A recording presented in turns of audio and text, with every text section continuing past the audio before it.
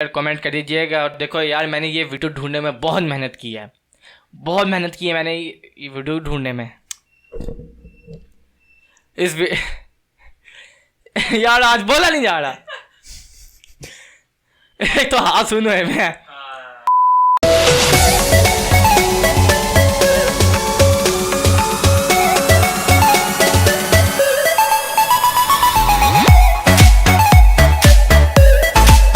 Guys कैसे हैं आप लोग। तो आज की इस हिस्ट्री ऑफ सब कॉन्टिनेंट की वीडियो में हम आपको खुशामदीद कहते हैं। और इस हिस्ट्री ऑफ सब कॉन्टिनेंट के वीडियो में हम आपको बताएंगे कि किस तरह मुगलिया सल्तनत बाकी तमाम सल्तनतों की तरह डूब गई। तो चलिए शुरू करते हैं। औरंगजेब का बेटा बहादुर शाह अव्वल, उसका बेटा जहांगीर शाह, उसका बेटा आलमगीर दोयम, उसका बेटा शाह आलम दोयम, उसका बेटा अकबर शाह और उसका बेटा बहादुर शाह जफर। इन 6 के 6 नस्लों में एक के अंदर भी कैपेबिलिटी नहीं थी कि वो मुगलिया सल्तनत जो किसी दौर में एक सुपर पावर थी उसको चला सकता। चलाने की तो दूर की बात, इन 6 के अंदर तो इतनी ताकत भी नहीं थी कि वो इसको कंटेन कर सके, इसको मुस्तहकम रख सके, इसकी ताकत में इजाफा करते रहते ताकि ये मुगलिया सल्तनत आगे 25-30 साल तक और चले आगे।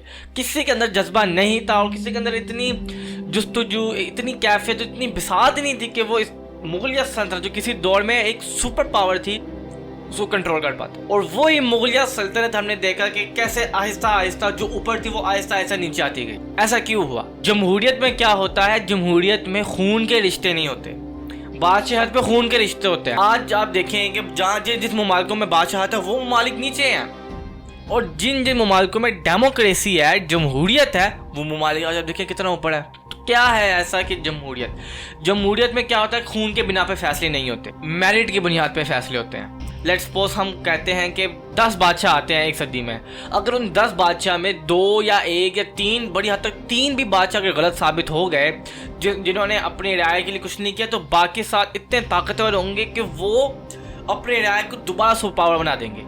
ये होती है जमहूरियत की निशानी। खून के बिना पे क्या होता है, जैसे कि हम देखते आए हैं, ये जितनी भी ये सल्तनतें थी, ये जो बादशाह थी, एक टाइम पे इन्होंने सुपर पावर के दर्जा तक छू लिया था। बाद में ये और खूनी रिश्तों में ये कहीं नहीं लिखा कि जिस तरह का बाप हो वैसा ही बेटा हो। बाप अगर बहादुर है तो बेटा डरपोक भी हो सकता है, बाप डरपोक है तो बेटा बहादुर भी हो सकता है। ये वो बहुत बड़ी वजह है जिसकी वजह से आज वो बादशाह थी वो ख़त्म हो गई। और ना सिर्फ ये खूनी रिश्तों के बना पे सल्तनत टूट जाती है, बल्कि इनमें गद्दार भी मौजूद होते हैं। हर सल्तनत में 2 या 4 या 1 गद्दारों का टोला लाजमन होता है जो कि अपनी ही सल्तनत को तोड़ने की कोशिश में लगा रहते हैं। लेकिन ताकतवर सल्तनत वही होती है जो कि गद्दारों को पकड़ती है।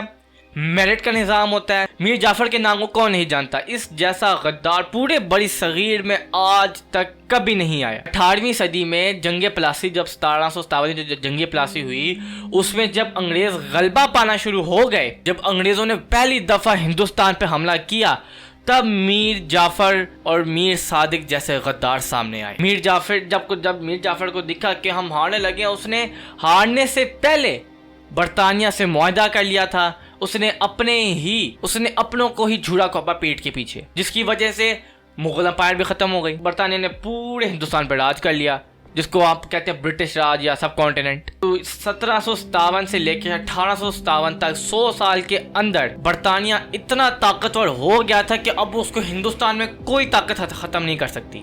100 साल के अंदर उसने अपने आप में तब्दीलियां लेके आई, उसने अपने फोर्सेस खड़े किए, लोगों पे जुल्मों किया, सितम, तारीख रकम कर दी बरतानिया ने। यहाँ पे उसने हिंदुओं को काफी अच्छे राइट्स दिए हुए थे, मुसलमानों पे उसने सबसे ज्यादा जुल्म किया, जिसकी वजह से जो मुसलमान जिन्होंने 1000 साल तक सिर्फ इधर हुक्मरानी की, दौर में सुपर पावर थे मुसलमान, वो तनाजुली का शिकार हो गए। और आज तक मुसलमानों को मारा जाता है और इस किस्म के तशद्दुद किए जाते हैं। मुसलमानों को तबाह करने के लिए जिसने अहम किरदार अदा किया वो है गद्दार, जिसे हम इंग्लिश में ट्रेटर्स भी कहते हैं। आप जब भी कोई सल्तनत खड़ी करते हैं या जब आप एक सल्तनत की बुनियाद रखते हैं या आप किसी भी मुल्क में आप सदारत कर रहे हो, हर मुल्क, हर शहर, हर मोहल्ले, हर जगह पे आपको गद्दार मिलेंगे। उन गद्दारों को पकड़ के उनको सजा देना बात होती है। तो गद्दारी ने जितना मुसलमानों को ठेस पहुंचाया, किसी दूसरी चीज को ठेस नहीं पहुंचाया।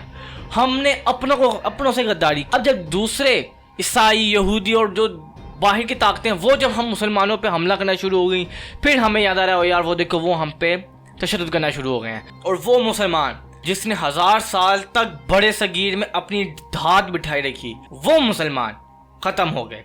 और वो 1757 के बाद मुसलमानों का जो अरूज का टाइम था वो खत्म हो गया। 1857 के जंग आज़ादी के बाद बिल्कुल जो बादशाह थी हिंदुस्तान में ख़त्म हो गई। बहादुर शाह जफर को शिकस्त दे दी गई और उसको बर्मा म्यांमार में भेज दिया गया और वहाँ पे उसने अपनी आखिरी की अयामगाह गुजारी, जिसमें उसने कुछ शेर भी लिखे। और यूं मुगलिया सल्तनत जो एक टाइम पे सुपर पावर थी वो ख़त्म हो गई। अब बरतानिया ने हिंदुस्तान पे राज कर लिया था। मुसलमानों पे जबरों और जुल्म सितम की दास्तान लिखी जा रहा था। हिंदू भी मुसलमानों को मारने पे पेश थे। अगर आपको वीडियो पसंद है तो लाइक शेयर कमेंट कर दीजिएगा। और यार मैंने इस वीडियो को बनाने में बहुत मेहनत किया है। एक तो हाथ सुनो है कि मैं एक तो मेरे हाथ इतने सुन रहे हैं, मैं कुछ बोला ही नहीं जा रहा है यार मेरे से। आज मैं इतना अटक रहा हूँ, पता नहीं क्यों। तो आपको अपनी अगली वीडियो तब तक के लिए अलविदा।